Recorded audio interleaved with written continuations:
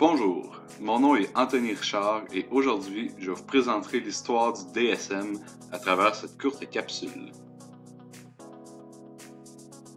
Avant de vous parler de l'histoire du DSM, attardons-nous d'abord à la signification de cet acronyme désormais bien connu dans le monde de la psychiatrie.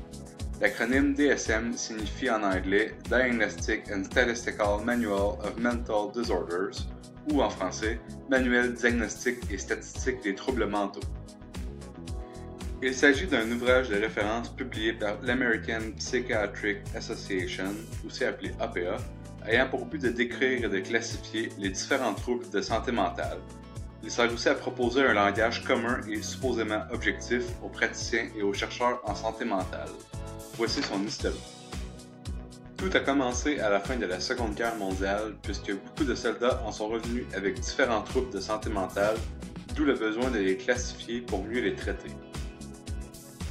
La toute première édition du DSM fut publiée en 1952 et elle contenait une soixantaine de pathologies différentes. C'est donc dire que le DSM-1 a été le tout premier manuel officiel des troubles de santé mentale qui se voulait destiné à l'usage clinique. 16 ans plus tard, donc en 1968, est publiée la seconde version du DSM. On répertorie désormais 145 pathologies différentes, dont l'homosexualité qui est encore, à l'époque, considéré comme un trouble de santé mentale. Il faut mentionner que ces deux premières versions étaient fortement influencées par les théories psychanalytiques de Freud, qui est encore bien populaire aux États-Unis à cette époque.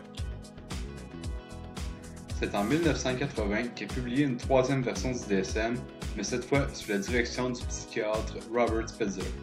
Sa personnalité a une grande influence sur la conception du DSM. Le manuel s'avère désormais purement empirique et détaché de toute théorie, ce qui marque une rupture assez radicale avec ses deux premières versions. Dans sa version révisée, publiée en 1987, c'est 292 pathologies qui y sont identifiées.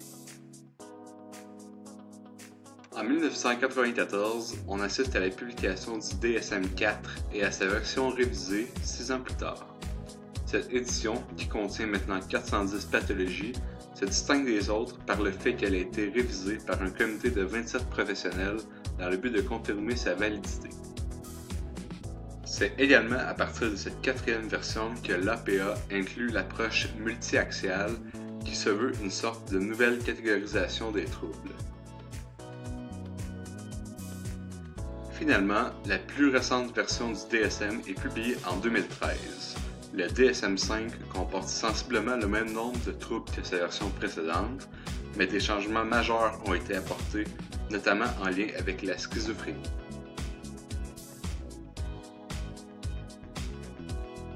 C'est ce qui conclut cette capsule. N'oubliez pas de répondre aux questions disponibles sur le Moodle du cours. Created using Powtoon.